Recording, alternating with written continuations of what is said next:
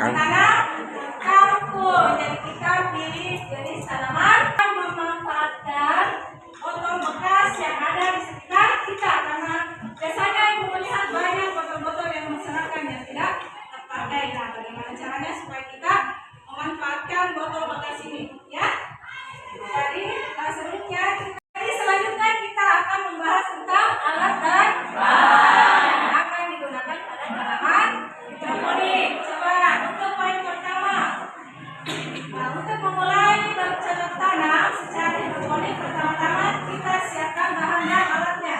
Kita perlu menyediakan botol air, ya, botol air mineral. Jadi pada tahap ini kita akan langsung menjadikan botol sebagai sarana untuk menempatkan bibit. Kata yang pertama, pastikan botol bekas masih tampak kokoh, kuat dan tidak berkerut. Jangan ambil botol yang tidak layak dipakai. Kemudian ambil alat pemotong yang sudah. Kita akan melihat bagaimana masalahnya membuat hidroponik dari botol bekas. Ya, media tanamnya botol bekas. Nah, kita saksikan bersama. Gunakan bahan yang saya gunakan untuk dalam hidroponik. Silakan perhatikan.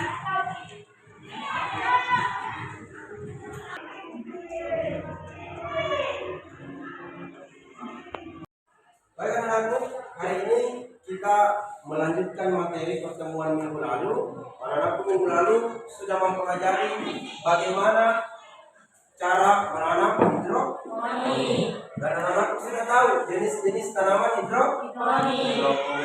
Hari ini kita akan memanfaatkan penggunaan botol-botol bekas untuk tanaman hidroponik. Apakah anak-anakku sudah tahu jenis-jenis tanaman hidroponik? Apa-apa itu nak? Oke, luar biasa. Sebelum kita praktek pemanfaatan botol bekas, apakah anak-anakku sudah mempersiapkan semua alat dan bahannya? Sudah. Apa itu? Cobakan botolnya. Apa lagi?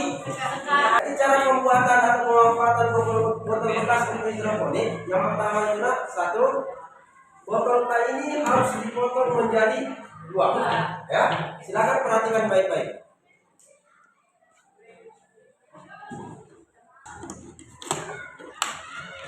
Setelah dibagi dua, ya, ini kita sesuaikan, ya, tinggi atau panjangnya. Kalau seperti ini nak, maka selanjutnya adalah penutup botol ini harus dilubangi. Karena kenapa? Di sini nanti kita akan memasukkan sumbu yang diambil dari kain bekas. Untuk apa? Gunanya untuk supaya tumbuhan itu menyerap air melalui sumbu tadi. Paham ya?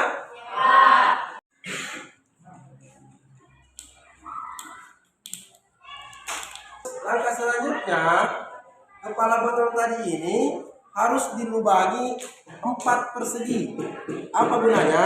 Supaya air, udara bisa naik ke tumbuhan. Adanya saja.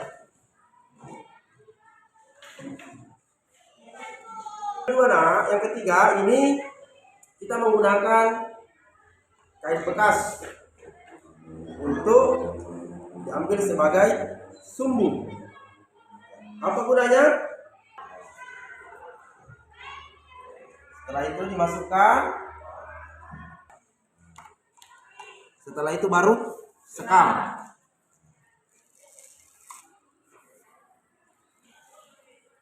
Sekamnya pun harus disesuaikan. Baru kita masukkan airnya.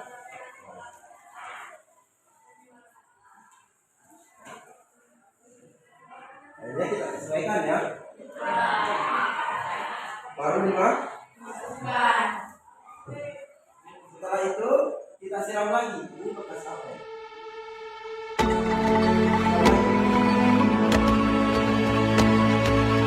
Sudah paham ya? Sudah bisa diperhatikan? Sekarang waktunya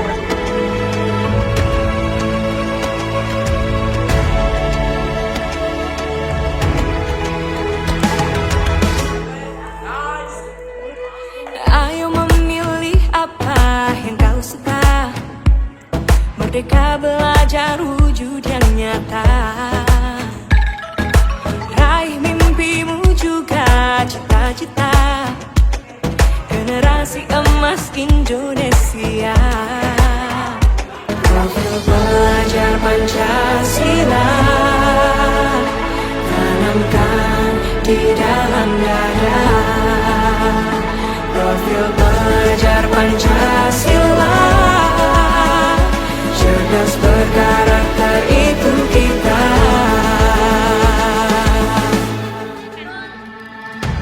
Beriman dan bertakwa pada Tuhan yang Maha Esa. Berakhlak mulia. Sekarang kita masuk di pembuatan hidroponik yang kedua, yaitu menggunakan ember, terus robok atau tempat nasi, ya. Terus apa lagi yang kita gunakan? Sekam. Ya. Pembuatannya satu, ember kecil tak ini harus diisi air. Ini ukurannya 4 liter. Ya. Setelah itu baru ini alat tak atau tempat nasi tak ini. Pembuatannya setelah ember diisi air, ini disimpan di atas. Langkah selanjutnya adalah diberikan arang. Ya. Bagaimana jumlahnya Pak arangnya? Secukupnya, betul sekali. Ya. Jadi kita kira-kira saja. Ya, mungkin sekam.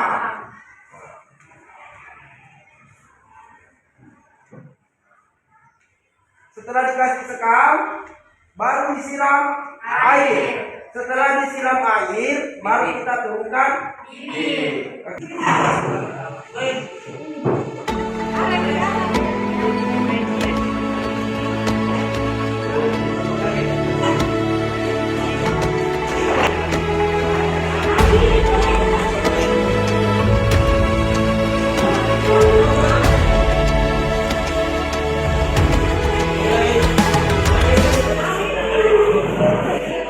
Ayo memilih apa yang suka.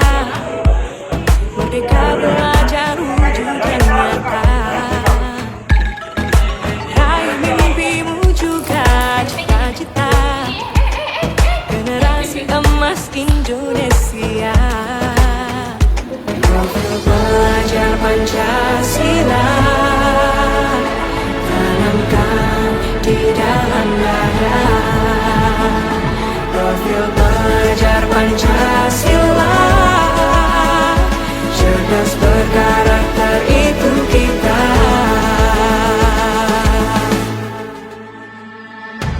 Beriman dan bertakwa pada Tuhan yang Maha Esa. Berakhlak mulia berkebinekaan global kita. Gotong royong berjiwa mandiri.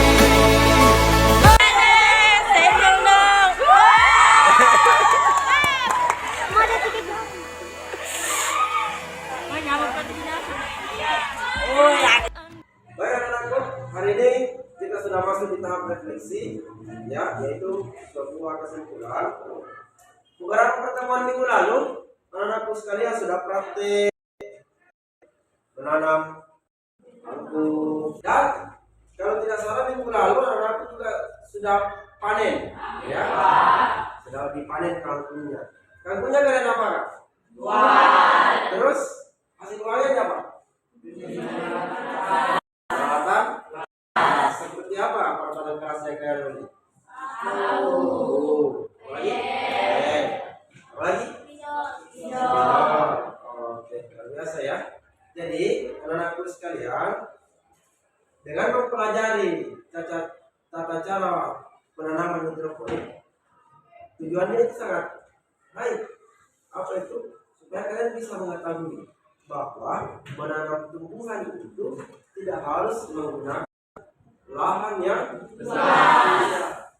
Dalam agama untuk merawat tanaman dan tumbuhan, ya, memberikan kasih sayang kepada tanaman sehingga kalau sekarang pun tak bisa bertumbuh baik, bagus, gemuk. Apa hubungannya tanaman hidroponik ini dengan pembelajaran baik? Ada yang tahu? Silakan buka Quran surah Yasin ayat 33. Mengatakan dan sultan kekuatan Allah yang bagi mereka yang mati, kami hidupkan bumi itu dan kami keluarkan daripadanya biji-bijian, maka daripadanya mereka. Ini caranya, ini dalilnya kenapa kita disuruh menanam tumbuhan. Ya, wa ayatul ardul bayyinatu ahyina wa akhrajna minha habban wa minhu ya'kulun. Ya, kami keluarkan daripadanya biji-bijian, maka daripadanya mereka. Inilah hubungan pembelajaran tak dengan. Karena kita sudah masuk di bagian refleksi, ada yang bisa mengambil kesimpulan tentang pembelajaran tak beberapa minggu lalu yang sudah terlewati tentang tanaman hidroponik? Silakan. Baik, terima kasih. Dari pembelajaran yang telah kita pelajari, ternyata menanam hidroponik atau lumayan tidak membutuhkan lahan yang luas dan tidak perlu membutuhkan tanah. Bahwa menanam tumbuhan itu tidak harus menggunakan lahan yang luas. Ya, memanfaatkan barang bekas itu semua bisa kita gunakan. Ya, apalagi tanaman tadi bermanfaat karena bisa dimakan, bisa juga menghasilkan buah. Oke, cukup sekian pertemuan kita P5 kali ini. Kita akan berlanjut di P5 materi-materi selanjutnya. Akhir mengucapkan Assalamualaikum warahmatullahi wabarakatuh. Waalaikumsalam.